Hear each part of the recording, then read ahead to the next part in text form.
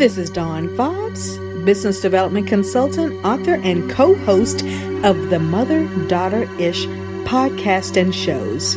And you are listening to the Ghost in the Valley podcast. This is Dr. Shelley Kerr, PastLifeLady.com, and you're listening to Ghosts in the Valley podcast. This is Amber Rose Washington, music producer and author of the best-selling book, Hiding from Myself. And you're listening to the Ghosts in the Valley podcast. This is Betsy Kulikowski, author of the Veritas Codex series, and you're listening to Ghost in the Valley podcast. And I am Al Cooley, host of Ghosts in the Valley podcast.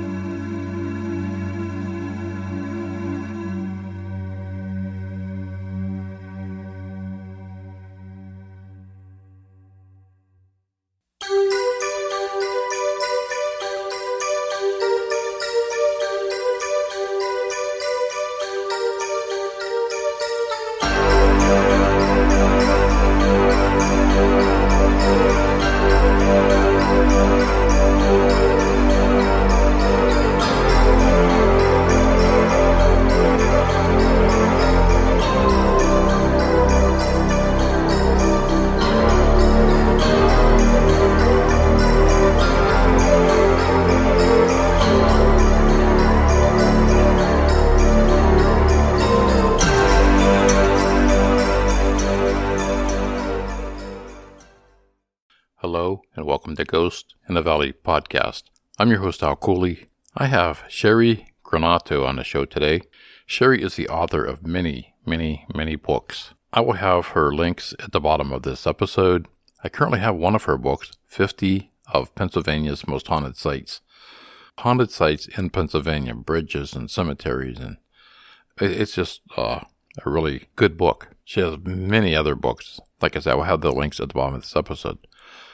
Sherri and John both grew up in ghost-infested houses, so we are going to talk a little bit about that. Plus, Sherri is a food, travel, and paranormal blogger, and I'm going to get into my conversation with Sherri Granato right after these brief messages. This episode is brought to you by Podcash, a collaboration between Racket and Stir. Podcash is free cash for your podcast. Podcash gave away $100,000 to up-and-coming podcasters as a way to support insanely creative and inspiring podcasters. I ought to know because I'm one of those podcasters that received a winning cash sum. I know how difficult it can be to get a podcast off the ground, and this is why I'm so excited to have been a Podcash winner. I would have gone nuts for something like this when I was first starting out.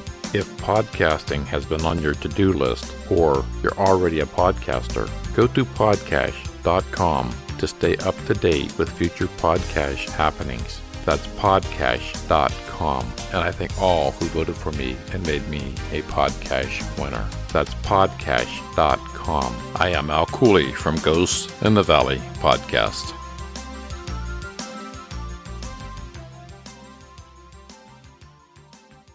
You awaken in a cold sweat. Your heart races and your breath quickens. It's 3 a.m. and you're not alone. Something lurks in the corner of the room, and it's darker than the night.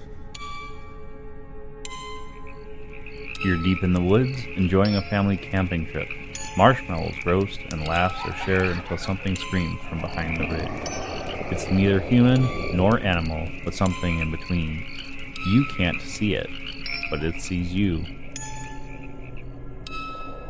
You're driving down a dark, lonely road, singing along to your favorite song, when something dressed in white crosses your path. You swerve to an immediate stop and check your rearview mirror, but nothing's there. The people are real, and the stories are legend. The problem is that legends are often riddled in myth. We uncover the truth. Tune in to Paratruth Radio every Sunday at 8 p.m. Eastern Standard Time, anywhere podcasts are found.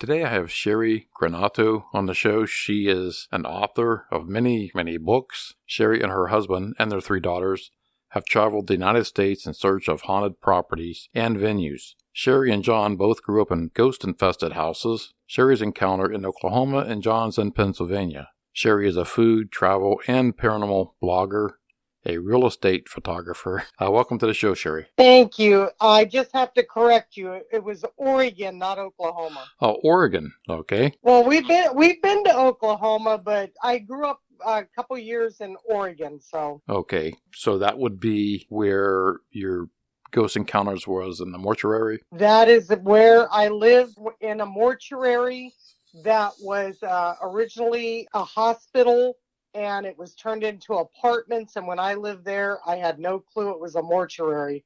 And we lived in a basement apartment, and I learned a few years later that it was the mortuary that we resided in. Let's go back before that. Let's go back as a child growing up. I mean, was that your first experience as with ghostly encounters? My first encounter is when I was 4 years old. I lived in Middletown, Delaware. Oh wow, you've been around.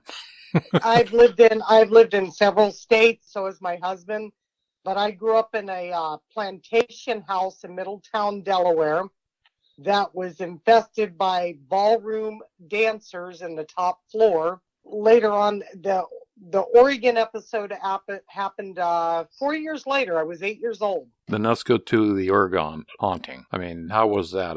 Well, that was my first experience with an actual manifestation. I walked through a ghost. I didn't realize it was a ghost until years later when I look back on it. I was running around the apartments. It was a 3-story building, and I walked up a staircase, and I was ascending the steps, and he was descending the steps, and I walked right through him. He appeared to be a workman, but he was a workman from, I don't know, maybe 50 years before. I don't know. But he was not of this world. Now, when that happened, did you feel like a cool ripple through your body when that happened? The only thing I felt is I got really sick after that. I was sick. Mm-hmm. I remember I went back to the apartment, and I felt sick, and I laid down.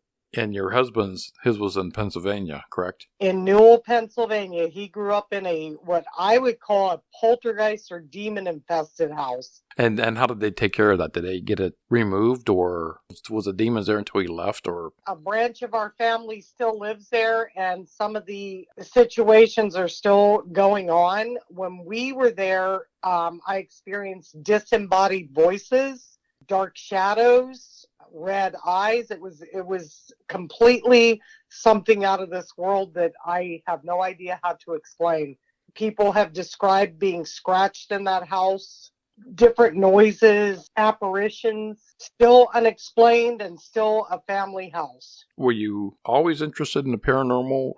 What led you to pursue this as a career in writing and exploring these haunted places? Well, my grandfather initially interested me after he told us about an episode where he spotted a ghost on a bridge one night when he was coming home from work late at night. He watched a ghost walk across the bridge.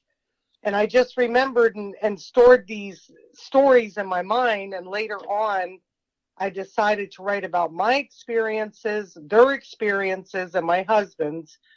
And I wanted to reach out and see if there was other people who had similar experiences that, that could relate to what happened to us, so that, we could see, is there something bigger out there than just us? Yeah. And are you a paranormal investigator? We used to be, yes. We used to do that. It's been years since we've done that. We've traveled to 45 different states. And we've been to haunted venues in every one of those states.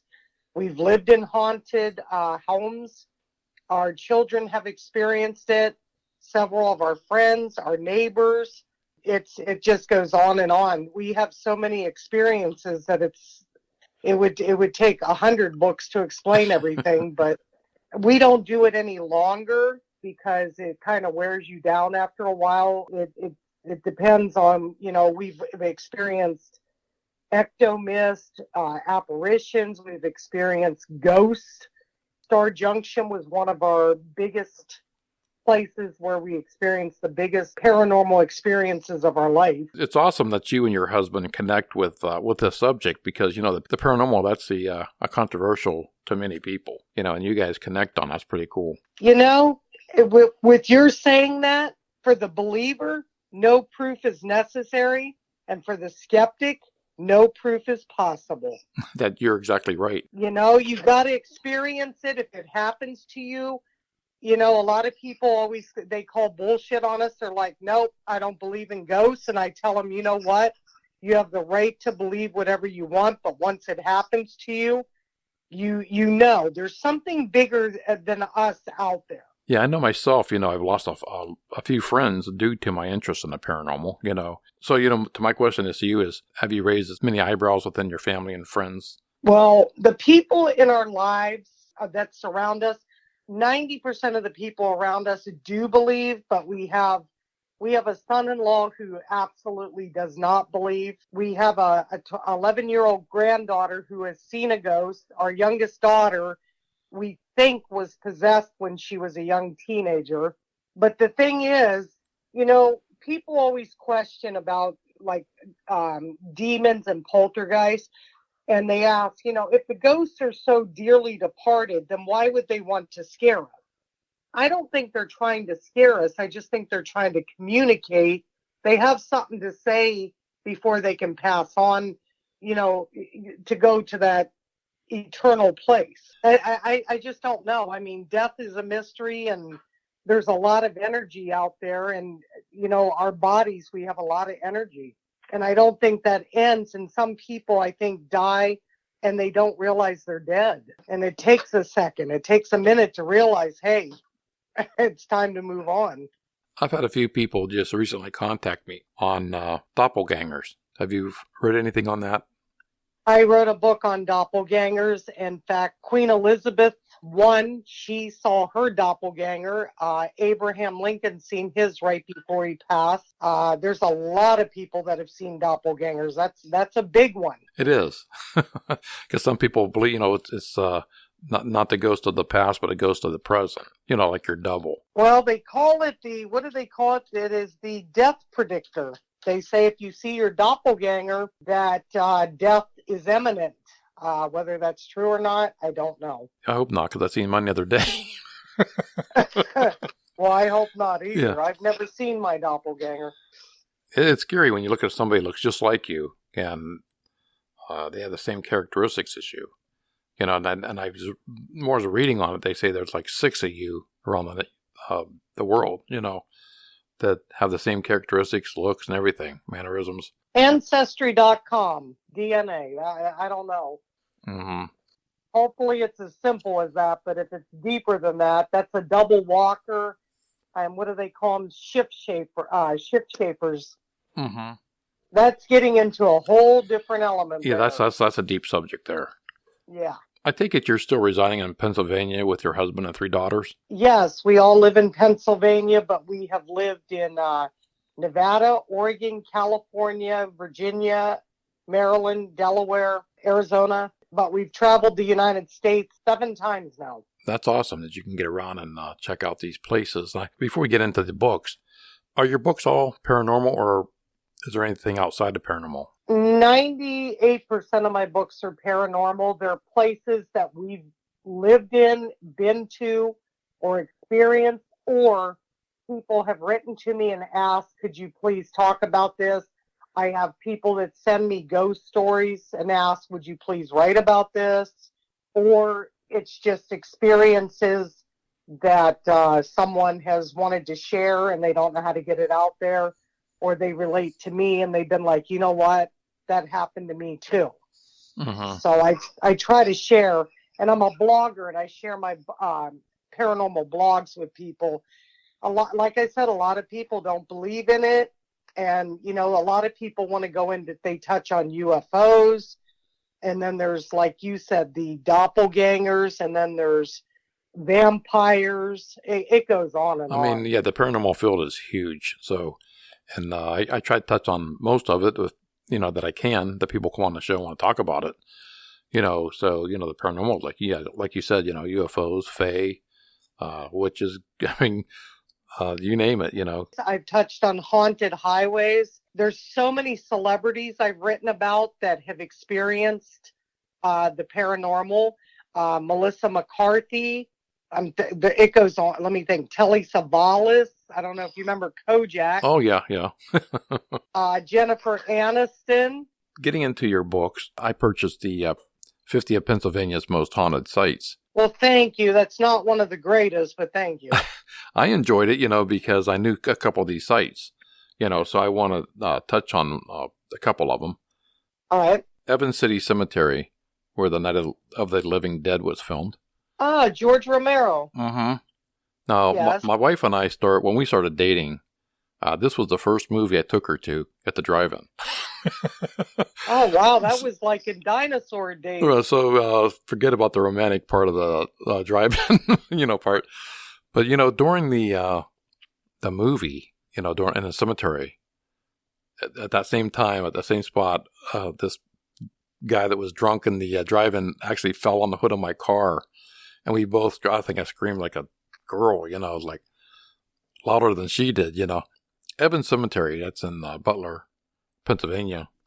Right. And I didn't know till I read your book, about the 1985 tornado that went through, damaged or moved those headstones, like over 300 of them. Oh, yeah. And I have a few friends that live in Butler that was telling me after I read that, and I was talking to them just recently, that there's so much hauntings there now, even to this day, since that tornado, because they felt like it, in their opinion, activated a lot of these spirits. Well, you're right. Everybody, when people think of Pennsylvania, they think of either Amish or Gettysburg. Mm-hmm. And the thing is Pennsylvania has so many. Betsy Ross, Philadelphia, the Betsy Ross house is haunted. I mean, Philadelphia has so many haunted venues. Pittsburgh. I mean, it goes on and on from Harrisburg to Erie. The whole entire state has some sort of recurrence of something that goes on. The B-52 bomber that landed in the Allegheny River, the Green Man. We have haunted bridges. Everything you can think of has happened here. Getting back to the Evans City Cemetery, there's a lot of sightings even outside of that. I mean, that area. Like you're saying, PA is loaded with sightings, as a lot of states are. But people want to concentrate, like you said, on Gettysburg. I've been there. Plan on going to Philadelphia. I haven't been there yet. Have you been to the Hillview Manor in Newcastle? Yes. And then there's Hannah's. There's so many different towns in Pennsylvania, and it's a lot to do with the Civil War. Pennsylvania is the second state, so it goes deep in history. There's a lot of bloodshed and history that runs through this state. But, Ohio, where you're at, also has the college. Mm-hmm. There's a Pentagon at the college. It's Ohio's a very haunted state. Kentucky. Oh yeah. Mm-hmm. I haven't found a state other than, Utah has the other 911, where they were accosted by the Native Americans, which I'm sure you know about that. But every state has its story. But Ohio, the East Coast is really embedded with these stories because, of course, the 13 colonies, it was the beginning. Massachusetts, Virginia, that's where the beginnings were. And there's a lot of things that happen. And I think when people die without reason, or people suddenly die, tragic deaths. I think tragic deaths are a good reason for ghosts. Yeah, and there's so many people, too, that died during the Civil War. Well, yeah, look at all those soldiers. And what is that, the bloody one in Hagerstown, Maryland, the Bloody Lane? Right, so many that the rampage of the deaths during that time, that's the reason why the Ouija board was created, was basically to contact a lot of these dead, that never got a closure on their death. Exactly. And what about, remember the Route 666 that's been changed because It runs through like Arizona, Utah. It runs through several states. You bring that up, and I just looked at that yesterday on doing a show on that one. I wrote a book on Route 666, the highway to hell, and it's shapeshifters and ghost hitchhikers, and people claim that they accidents because something ran across the road, and then there's nothing there later on that they could claim what the reason why. It was just unexplained. Alabama's got a haunted highway. I mean, it goes on. You could name something in every state. It's the valley is everywhere. I mean, I talked to people from New Zealand and Australia. I mean, their stories are the same as ours. Well, I wrote one on Australia about a sanitarium, and then I also wrote one about a junkyard. I mean, people don't think about that. When cars are wrecked and drugged to, they're dragged into the junkyard, the spirits of those people killed in the cars being drugged into those graveyards. Getting to that, you're talking about the graveyards with the turn into a dumping ground. I read that in your book too, and I haven't been there yet. What's that, Curson Hollow Cemetery? Curson Cemetery is up just literally 3 miles down the road for me. It's a cemetery that's been buried. It looks like there's nothing there. All the graves have been just ran over by weeds and whatever, and now there's an oil well planted on top of it, and those graves are they're lost forever. You hear about that all the time, when it's just like these graves are like they're forgotten. Right. And I think that, a lot of times, I don't know how long it takes a soul to pass on, or if, they stay in, what do you want to call it, the Catholics call it, purgatory. How long something sits unsettled until something. I think everybody needs closure. Death needs closure. Yeah, and I was reading that, about the hillside. It's just some of the graves you can't even see because of the brush and the trees, and then people just dump all their stuff there, and it just becomes a dumping ground.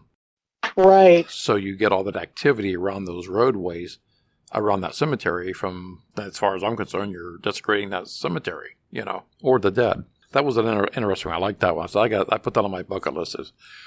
I have so many places I want to go to, so so that was one of them. Well, anybody, my books are honestly, if you have a Kindle, people can read this stuff for free. It's available for free on Nook or Kindle. They're able to just read it.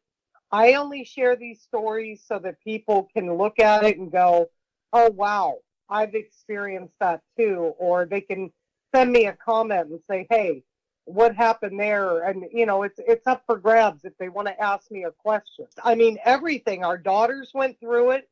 My mother went through it. John's parents went through it. We've all experienced something. And our friends around us are like, well, we don't really talk about it, because if you talk about it, people think you're crazy. Exactly. Mm-hmm. So you got to be careful and tread on, safe ground there. But I have to tell you that we've seen some things that we still, to this day, we scratch our heads and we're like, what was that? We just don't know, but we know it was something bigger than us. It makes me feel like when we go to the other side, that it's not, I don't think death is as scary as people think it is. On your two other books I was looking at, and I think they're your newer books, The Paranormal Activity, Trapped in Shadowland. Yes, that one covers every single thing that we've seen and experienced. It covers it all. So it covers like bridges and... everything. It is the whole enchilada. I see it was quite a few pages in that, and I thought the price was really great on Amazon. Well, I didn't choose the price. Amazon chooses the price. Oh, really? Yeah. It doesn't work like, they chose that, not me. So what is that one about, basically? I mean, you said it touches on everything. I mean... Well, I've covered battlefields. For instance, I don't know if you've ever heard about Lincoln, his haunted train that cruises through the state. Uh-huh. From Washington, D.C. on to Springfield, Illinois. They say that happens through March. I've covered haunted rail trails, schools, everything you can think of, witches, Italy, beaches, you name it, it's there. It's Everything is in there. The fear cage that, I don't know if you're familiar with the paranormal group TAPS. Well, Grant Wilson, I've sent him over some things sometimes when I'm in, questionable stuff. I'll send to him, and he'll give me feedback on, his thoughts on stuff. And he's the one who taught me that we should treat the dead as if they are still living with a lot of respect. I agree 100%. And when you go into these places and you're investigating to do your research for that area or that bridge or that road, is the history important to you? The history is everything to me, because the reason, just reporting on a ghost sighting is one thing, but the history to me is really big, because it gives the backstory of what could have happened. Because I've heard people say, well, my house is haunted, but I don't know why. Well, what was there before your house was built? You could be on an Indian burial grounds. There could have been something there 100 years before you, because everything changes over time. Houses are demolished, new houses are built. Life changes, things change. And then, you know what? Another story you might like is the Indiana, the lady in black. That was a motorcyclist who almost died, and he's seen what he called an angel. Because I also have touched on angels. So is that in the book, or is that just... That's in the book as well, but there's also an individual Kindle edition on it, Indiana's Lady in Black. People are able to read that for free and check that out. That one is anything to do with angels, I love. Poltergeist, I don't like so much. That's kind of scary. What's your thought on fae, like fae people? Fairies? Well, I have a fairy garden, but that's an Irish thing. I'm not quite sure. A lot of your Native American Indians consider the little people as evil. Oh, I'm sure they are. Well, I've been told that fairies and gnomes can be really nasty little individuals when you try to pin them down or see them. They like to be, left alone. I don't know. I plan to visit Lilydale is our next adventure in New York, which is the city of the dead. Now, you take your daughters on these adventures with you? We did. They grew up going to these. We went to Chicago, Illinois to visit Resurrection Mary. Yes, our daughters have been through all of this, and now our granddaughter and grandson are also part of this. Are they interested in the paranormal too as well? They are, because they live in a house where they think that there's possibly an entity dwelling with them, but they're not sure. But yeah, we try to keep them open to anything is possible. I mean, there's other planets out there. I don't know, we might be just we might be living in a parallel universe. Who knows? Yeah, and that brings me to the next question, like telescope that was just released, by NASA that can look into the next galaxies, We'll probably be dead by the time we get the information back on that. Well, yeah, because we're all getting old. By the time we learn anything, we'll be in our hundreds, so it'll be for the next generation to figure out. But I heard a scientist say, if you go outside, an astrologer, you look outside and you look at any star, pick any star, that star is like 27 years ago. So when it explodes, you won't know it until 27 years from now. Yeah, I don't know. I only go off of what I've truly experienced. And what's bad about it is I don't look for this stuff. This stuff comes to me. Uh-huh. And I don't know it's not something, it doesn't happen every day. It's just, it happened in very different, we've lived in many, many different homes. My husband's military. We've lived in a lot of different cities, a lot of different homes. And not every home had these issues, but several of them did, and our biggest one was Star Junction, Pennsylvania. Out of all the houses we've ever lived in, that is probably the epic one. A lot of activity. Yeah, and not just us, but our neighbors experienced it, our friends. I mean, we would have sleepovers with the girls, and it was just stuff that was too hard to ignore. There was no way you could just say, oh, it was nothing. On your next book, the Haunted Universe, The Life of a Ghost. What's that one about? That covers every journey that John and I and the girls have ever experienced, and other stories that people have sent to me and I've researched. I research these stories first.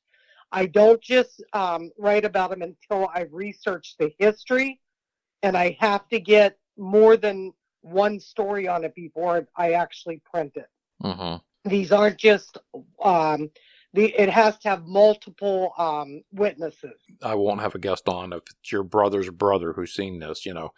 I like the first-hand experience, coming from the horse's mouth. Yes, I like to hear real stories about people who have experienced it. And we used to go on ghost hunts. We stopped ghost hunting about 10 years ago. I got injured during a ghost hunt, so we kind of stopped. But we literally used to see things. We used to record. We had the the EVPs. We did the energy spikes from the EMF, the baseline readings. We used to do all of that, and we put a stop to it. Trans-Allegheny Lunatic Asylum in Weston, West Virginia, one of our biggest places where we witnessed paranormal activity, in an entire group of people that were there with us, that witnessed it with us. Back to your haunted bridges. Have you ever been to the Hogback Bridge in Hermitage, Pennsylvania? No. I traveled there in 98. It was very, very active. I'm looking it up as we speak. Hogback Bridge. I'm looking to see. No. Oh, wow. It's an awesome looking bridge. The Westinghouse Bridge. I know you've heard of it. I'm sure you have. Mm-hmm. It has a lot of history, and it's labeled as one of the biggest bridges in Pennsylvania for suicides. Yeah, I hear a lot of that. But this Hermitage Bridge, this interests me. This is actually a very cool looking bridge. Well, it's different even now than it was then, because back then it was more of a wooden bridge. They've redone the bridge. It was then that I was confronted, when everything was off camera. It was like that's when I was pushed. Really violently pushed from the back. Oh, wow. Well, I kind of know what you're talking about. I was once touched. I've never been pushed, but I've been touched, and so is my husband. Going to be the next question. Have you been hurt during any investigation? Yes, I was. I was hospitalized. So it was violent. I don't know how to explain it. Our daughter's Jessica's 18th birthday, she wanted to go to a cemetery. All the kids wanted to go to a cemetery, so we all loaded everybody up in the back of a pickup truck, and we went to a cemetery over in Brownsville, Pennsylvania, and we watched the only thing I can describe it as, it was a black entity crossing over with a white manifestation, and all of a sudden, I lost my voice. I got really ill, and I ended up with bronchitis, asthma, and adult onset asthma, and I was hospitalized for a week. And then I went to another cemetery to where we used the EVP, and it kept saying the voice that we had, the voice machine, the EVP, it kept saying Histler, and it kept saying Jews, and we didn't understand. And then we realized when we went back the next day that we were in a cemetery that was a Jewish cemetery. I took a step and I fell like 8 feet off of an incline where it dropped down. And those were kind of the days where I said, you know what, I'm getting too old for this. Yeah. Now, when you were investigating, was it with a team or was it like independent? We used to be a team. We were the Brownsville Paranormal team, but then we went away from it.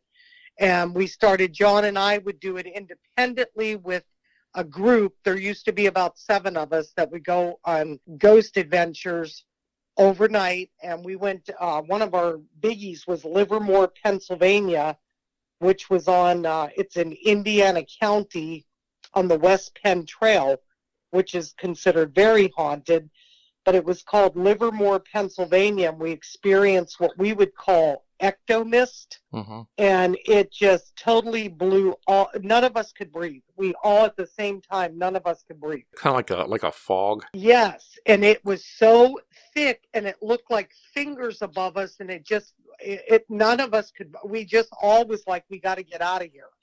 And we took off and we ran, and the smell was it was like sulfur. You brought that up, because I had a past guest like 2 years ago you're the first one to mention that since he said that, like the electro mist, and he said the same thing. It was like a sulfur smell that made him throw up. Oh, it does. It's this, and it makes you to where you can't breathe, and it kind of makes you to where you can't think straight, and you kind of become disillusioned to where you're like, which way do I go? And you have to collect your senses for a second to get the hell out of there.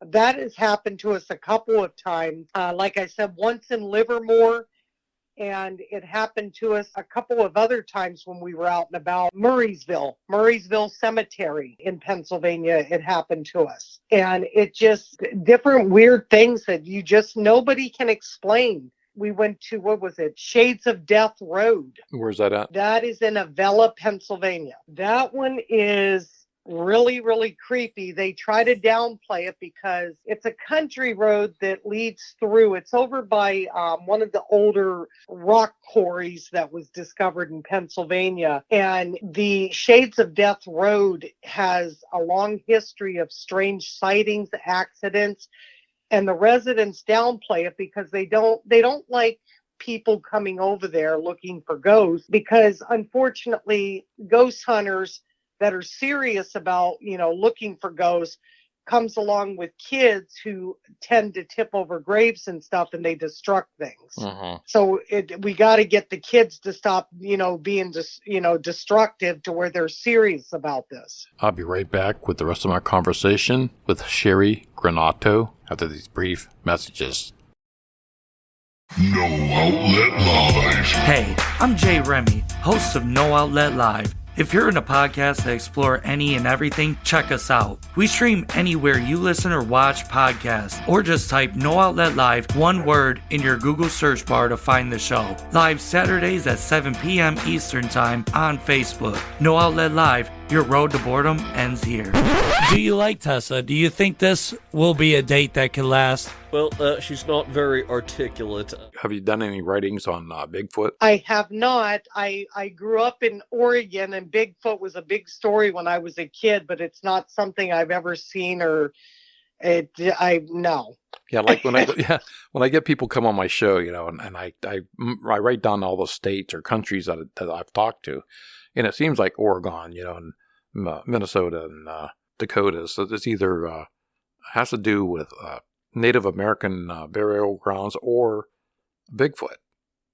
You are correct. Oh, and speaking of living in the West Coast, I lived by Area 51 when I was 18 years old, and I had experiences out at Blue Jay Maintenance Station on an Indian burial grounds. My father worked at the testing range for Lockheed Martin. Area 51 was a big, big issue for a lot of people in that area. We would see what we all thought was UFOs, but they would downplay it and say, oh, no, it was military aircraft, and that's not what you've seen. And we were like, okay, well, people always downplay that stuff. And my dad worked, like I said, worked at the testing range for Lockheed Martin back in, that would have been 1981. And no, they were not allowed to talk about it. That was something, because there was something about hidden aliens, and they weren't allowed to talk about it, but there were signs all along the fence line that said, they warned you about crossing over the perimeter. It's outside of Las Vegas. I lived in Tonopah at Blue Jay Maintenance Station, out in the middle of nowhere. Uh-huh. And I would travel those long roads back there. But the one night I had a creepy experience, and everybody was like, no, it was an aircraft. It was not a UFO. And I was like, okay, whatever. I was 18. But there's that. I mean, it goes on and on. I could just tell you so many different things. We lived in a house in Star Junction where we physically seen a ghost, and we all seen the same thing. So, I mean, how do you explain that? Right. And like you said before, unless you experience it, you're not going to believe it. And really, I don't really care. I could care less who thinks I'm crazy or it didn't happen, because I know what did happen. It's interesting that how things are kept quiet on, like you're saying, like the paranormal and even UFOs. It's like swept under the rug. They don't want to talk about it.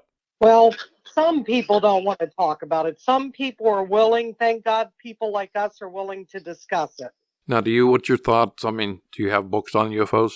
I think I've mentioned John and I witnessed a UFO in would have been 89, John? Victorville, California. We were coming from Adelanto to Victorville. It was about a 9-mile drive. I was taking John to work one day. We lived in Adelanto. He worked in Victorville at 84 Lumber. And all traffic just stopped. And there must have been, 100 cars? And everybody's face is like, looking up to the heavens. And it made us look up. And there's these hovering gray things with like 3 lights. And we're all just kind of like, what the hell is this? Mm-hmm. And, unless you were there, but there was, all these people, but I don't know if there's any reports on that. It would have been 1989. The only reason I remember that is because my daughter was born in 1990, my youngest, and it was at the time that I had gotten pregnant, so I remember the date.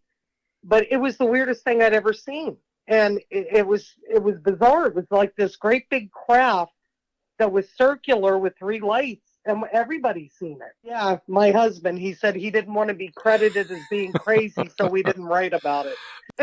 It happened. Well, you're going to be labeled crazy no matter what. You as soon as you say a ghost, you've seen a ghost or what ghost went through, you're already labeled crazy. Like, yeah, sure. Well, hey, I walked through a ghost when I was 8 years old. And, I, to this day, think I'm crazy for even thinking that, but that's what happened. That's one of my very first experiences. We had UFOs over our county in 1994 in Trumbull County, Ohio, that made the Art Bell show, Coast to Coast Radio. It made me laugh when when the Pentagon released their findings last year.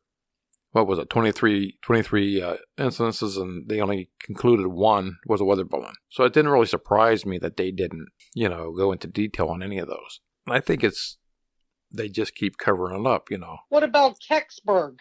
December 1965, Kecksburg, Pennsylvania. We live, 20 miles from there? Where that UFO landed, apparently. Do you remember that? I haven't heard about that one, no. It's called Kecksburg, Kecksburg. Look it up. It's Kecksburg, Pennsylvania, December of 1965. A UFO landed in that town, and to this day they have yearly, except for the COVID, but they have yearly festivals that is they incorporate everything with the UFO, and they get stuffed toys now and everything. But it looked like a giant acorn. People explained it. It was on Unsolved Mysteries. Oh, it went on and on. It was one of those things that the people I think they said it skidded through their woods, and it just was one of those things that everybody stared. But then they said the military came in, took over, and told everybody to back off, and everything they seen, forget what you've seen, don't talk about it. Everything's always shut up and hush hush when you see these weird things. Oh, yeah. Even to this day. I mean, this happened in 1994 in my county, and there's still the people that were involved in this thing still can't come on my show and talk about it. Well, how many years ago is that? Well, if you watch the military, they're not allowed to talk about a lot of that stuff, even from, 50, 60 years ago. They'll get in trouble. It's supposed to be hush-hush. To me, the people that died and some of these soldiers and pilots that chased these things in their aircraft, and they have perished, to me, their loss of life should mean something on getting to the bottom of it or releasing the truth for the family. Absolutely. I remember seeing that not too long ago. We watched the History Channel a lot. Mm-hmm. And I remember just seeing something about that where pilots seeing the UFOs or what they thought was an encounter But then when they talk about it, people go nuts and they're like, no, that's not what it was. The Mexican, what is it? Mexico or New Mexico. It was in New Mexico. What was it? The New Mexico desert. Mm-hmm. You could just research this all day long and yeah. you'll see UFO reports. UFOs, like I said, we seen the one, it would have been about 1989. But our biggest thing that made me start to write, I didn't write until I started with like, I got to find out, how do we reach out to other people and find out who else is experiencing it? So I started out with the articles on Yahoo. And later on, a friend of mine who's an author, he goes, well, Sherri, why don't you write about these campfire stories and turn them into a book? And I was like, well, they're not a book. They're just, our personal experiences. He goes, well, turn them into a book. And I go, I don't know how. So I just wrote it the best I can. I'm not the greatest author, but with the help of Amazon, I turned them into a book. Mm-hmm. And you're blogging too, you can reach a lot of people. Well, the blogging, I'm on Blogit. I write for a blog site, and the bloggers aren't much interested. They like human interest things, but not so much paranormal. Mm-hmm. I also am on Facebook. I have a haunted site on Facebook that a lot of people reach out to me. Because I want to put all your links in the bottom of my episode so they can get your books or check out the books or go to your blogging. Well, if you need to use any of this stuff to help you out, feel welcome to do that, because that's my whole point of this. I just want people to be able to reach out, talk, share human interest stories of, hauntings, things they've dealt with, and ask questions. Did this happen to you? Because I've learned, I don't know what you've experienced, but John and I have heard things like knocking. Mm-hmm. We've heard, you smell a certain smell, all of a sudden you'll smell flowers. Mm-hmm. Yeah, it's weird stuff that's why they call it the unexplained. Right, that's what the paranormal is. It is the unexplained. And I think you're going to have a lot of paranormal stories popping up from the COVID deaths. And that's going to be hitting here real soon. And I've already got a few of them coming into me, because they didn't get to say their last goodbye. So now the people are contacting them. It's funny you say that. I've always said that the reason there's ghosts is because it's the people who suddenly have died and they don't even know they're dead. Right. Mm-hmm. And that's what my feelings are on it. I think that they still have unfinished business and they don't realize they're dead. And they're like, man, I still got to wash dishes, or I got to go to work. I got stuff to do. What do you have plans for the new year here in 2022? For my husband to be able to go back to work. My husband is suffering. He's coming out of surgery. He's got a injury that happened at work, and we're just trying to get through that. Uh-huh. But other than that, ghost hunting. Oh, I'm going to Washington, D.C. to visit my favorite ghost of all, the most sighted ghost in America, Abraham Lincoln. Mm-hmm. I just heard that again, too, just the other day. That he's the most sighted ghost in America, including that ghost train. Oh, the ghost train. That ghost train. I'm going to have to send you the links to this stuff so you can read up on it. His ghost train has been sighted apparently by thousands. I found out about it because I've studied Abraham Lincoln. Oh my God, I can't even tell you how long. It's ridiculous. But I've been watching him on the History Channel for the last few nights. He is just... I think that he was killed before he was finished doing his business. He had a lot going on with the slavery. Uh-huh. He had many, many things still to do. I agree with you 100%. Well, he was. He was young. He wasn't an old man when this happened. He was in the height of it. I've been to the Gettysburg. I went to the haunted hotel where he's supposedly seen. We have been all through Gettysburg. In fact, my great-great-grandfather served in the Civil War at Gettysburg, and we found his records there. So my maternal side of my family came from Pennsylvania. I've been to Gettysburg. That's a very active place. Very active. It is. It's kind of, when you go there and you go to the Civil War site, there's certain areas of it that's actually worse than others when you're walking around where they were in battle. But I want to go to Hagerstown, Maryland. I know you've heard of it, the Bloody Lane. Mm-hmm. I want to visit that. That was profound. Yeah, that one was on my list along with Clark County, Virginia. Extremely haunted area. Well, and if you're going to go hunting, another one is in Maryland. I'll have to send you these. There's one in Maryland about a lady who carries her head in her hand, and she tries to get you to follow her to seek her treasures. That one scares people. I would imagine, yeah. But I have so many of them. But my biggest experiences were originally around Delaware and Maryland, where I originally grew up. We lived in a 1700s, I guess it was a plantation house, very, very haunted. My grandfather had a job fixing he was an electrician. And he got free rent in this house while we were fixing up the house, while he was.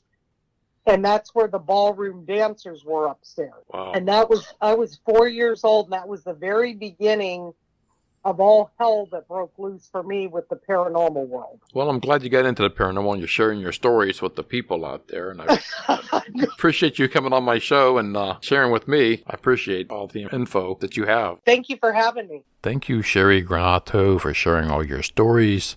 And please go to the bottom of this episode and check out all of Sherri's books she has available. And I will see you in 2 weeks with another great episode on Ghosts in the Valley podcast.